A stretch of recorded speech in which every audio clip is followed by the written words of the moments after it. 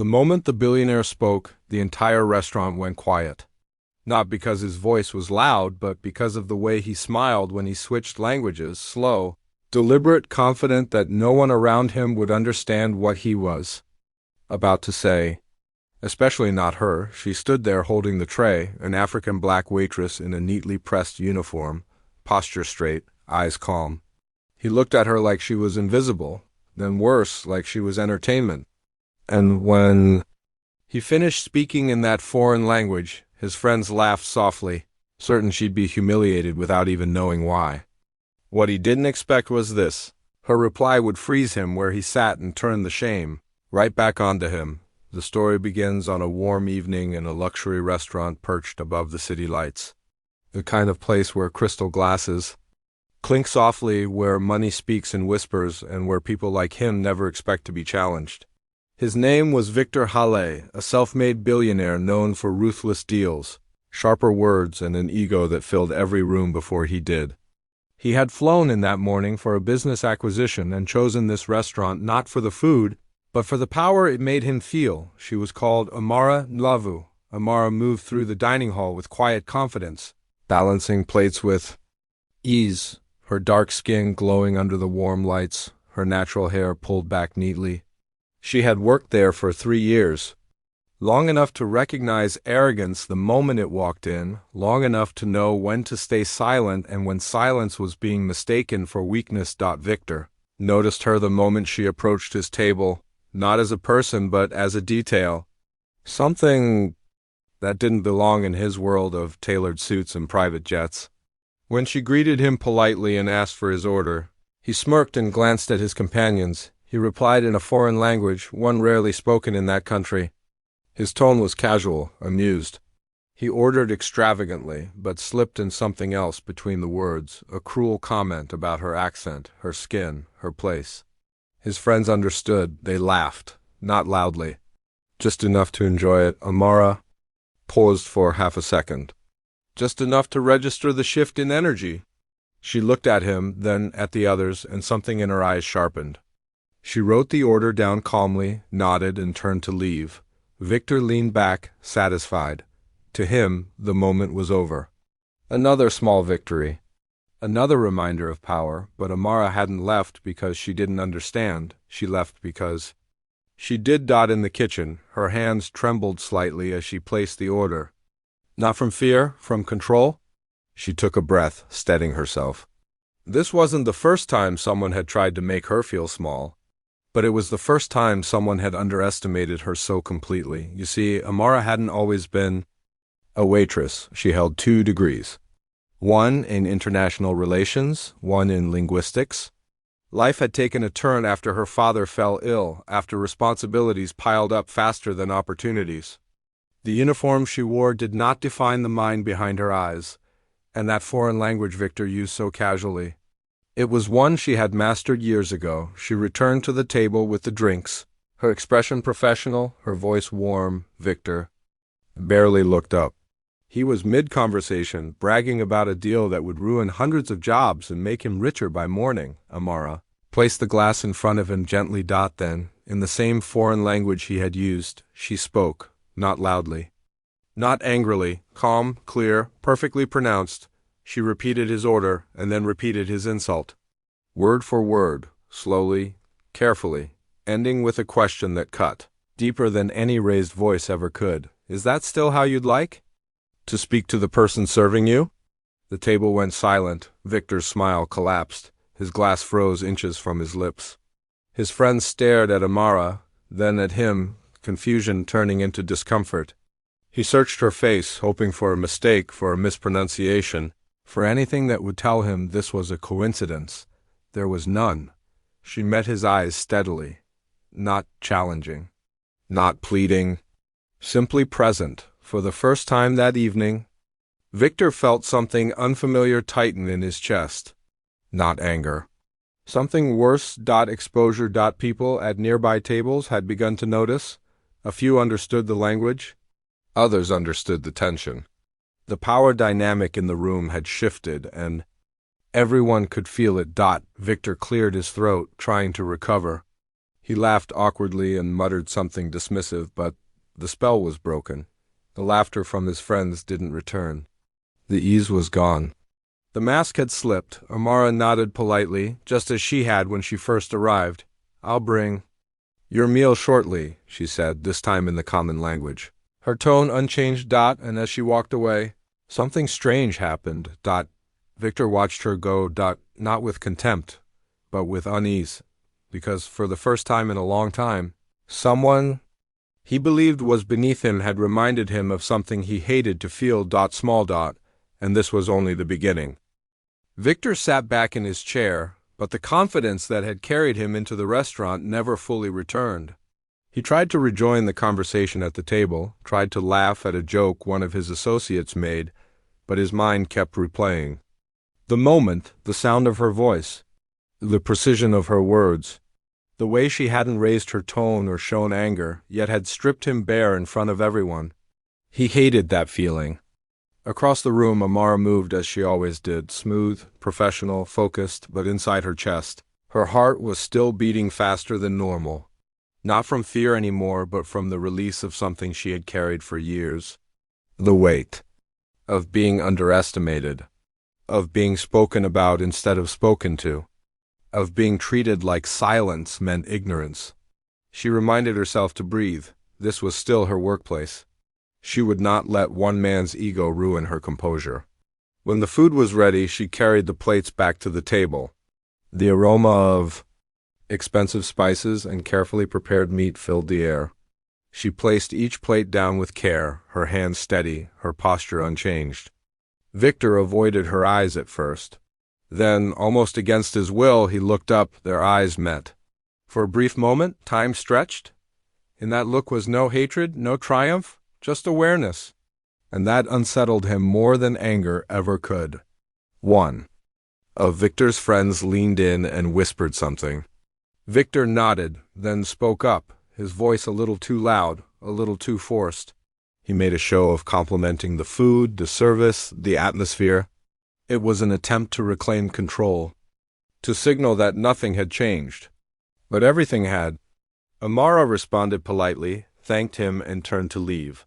As she walked away, she heard a chair scrape softly behind her. Footsteps followed. "Wait," Victor said. She stopped and turned slowly, keeping her expression neutral. Guests nearby watched openly now. The room had grown curious. "Yes, sir?" she asked. He hesitated. That alone was shocking. Victor Halle did not hesitate. Not in boardrooms, not in negotiations, not with people who worked for him or served him. "I didn't realize—" he began, then stopped. He hated how weak that sounded. He straightened his shoulders. "I didn't realize you spoke that language," Amara nodded once. "Many people don't." There was no sarcasm in her voice. Just truth. Victor swallowed. "I meant no offense." The lie sat heavy between them. Amara held his gaze. "Intent doesn't erase impact," she said calmly, "but apology begins with honesty." The word apology hit him harder than he expected. His pride resisted immediately. Years of power, of never having to explain himself to anyone, surged up in defense. He could have waved her away, could have complained to management, could have reminded her of her position and his. Instead, he did something that surprised even him. "I was wrong," he said quietly. A few people nearby gasped softly. One of his associates stiffened. Amara studied him. She didn't smile, she didn't soften, she simply nodded. "Thank you for saying that." She turned and walked back toward the kitchen, leaving Victor standing there, exposed and strangely lighter at the same time. He returned to his seat slowly. His friends stared at him, unsure what to say. The power he usually radiated felt dimmer now, like a light that had been adjusted downward. Dinner continued, but the taste of the food had changed for him. Every bite felt dull. His thoughts wandered to places he rarely visited, memories he had buried under success, his childhood, his mother's accent, the way she had been spoken, down to when they first immigrated. The way he had sworn he would never be the one on the receiving end of that kind of humiliation. Somewhere along the way, he had become the one delivering it.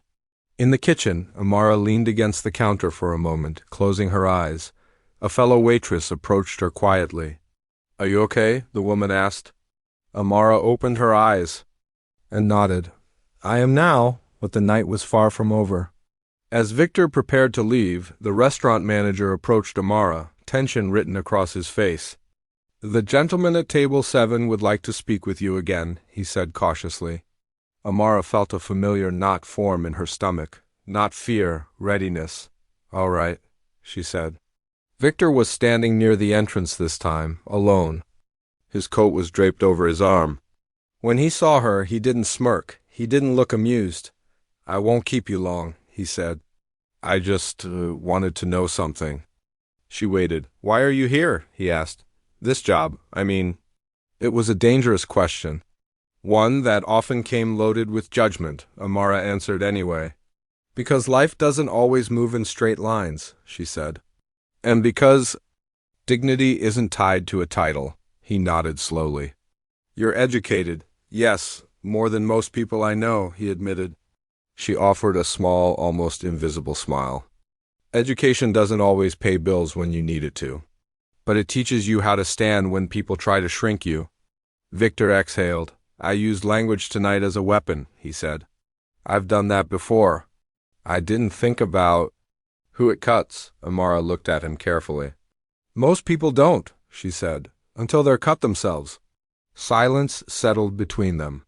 Not uncomfortable, honest.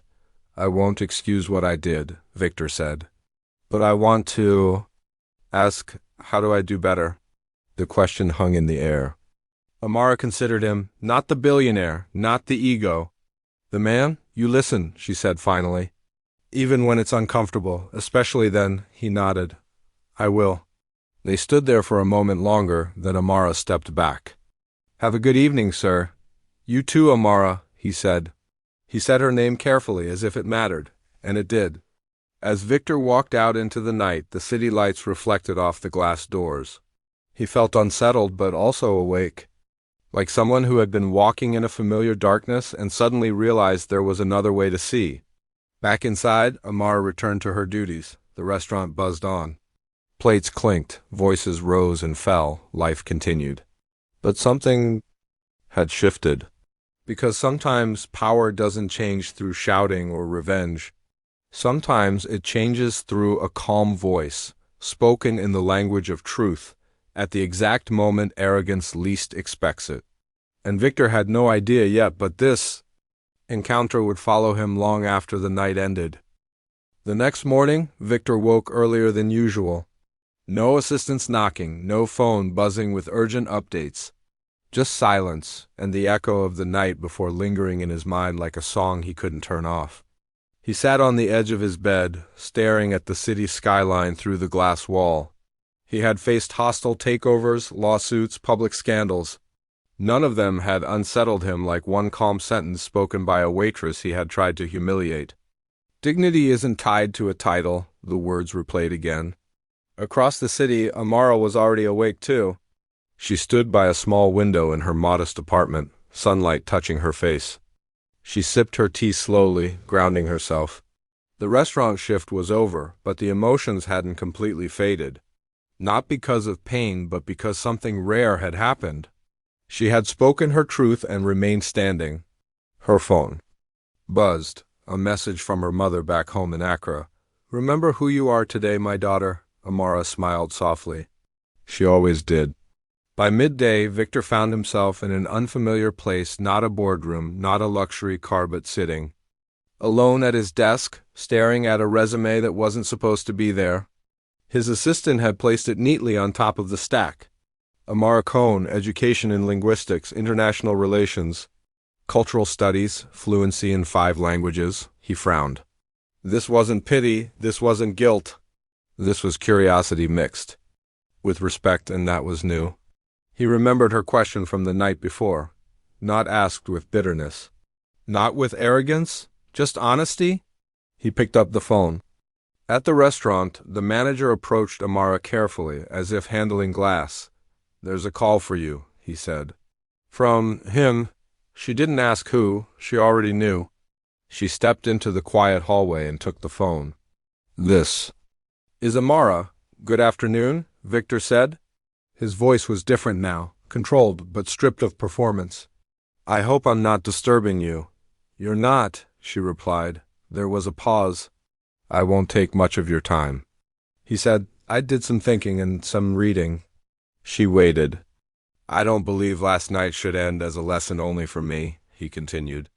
"I believe it should turn into something useful." Amara's brow furrowed slightly. "Go on. I'm hosting a private foundation meeting next week," Victor said.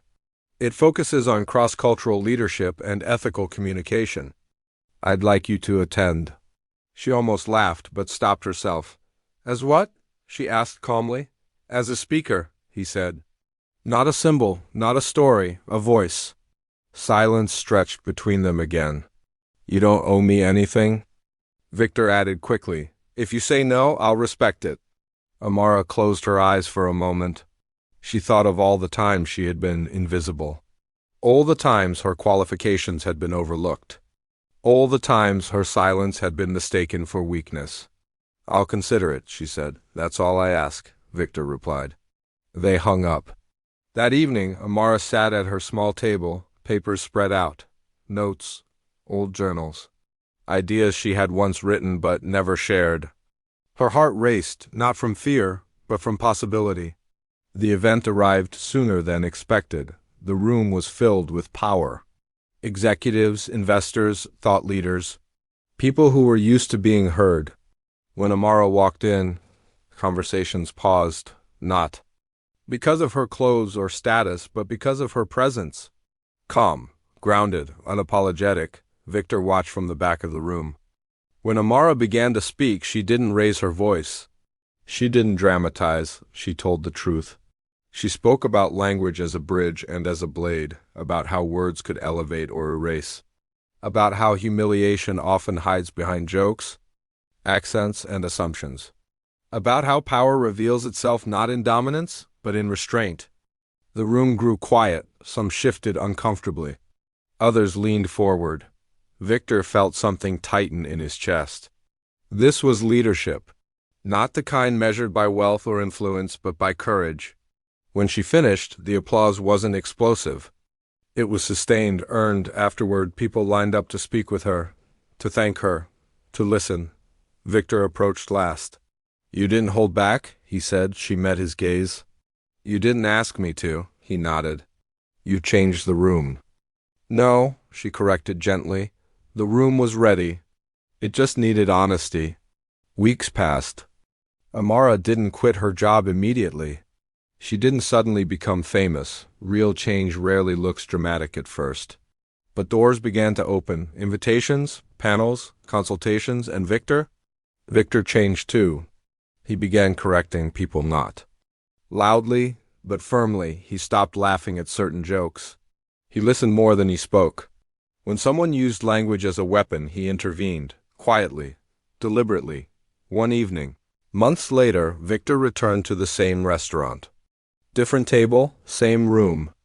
Amara was no longer a waitress there. But as he finished his meal, the manager approached him with a small envelope. "She asked me to give you this," the manager said.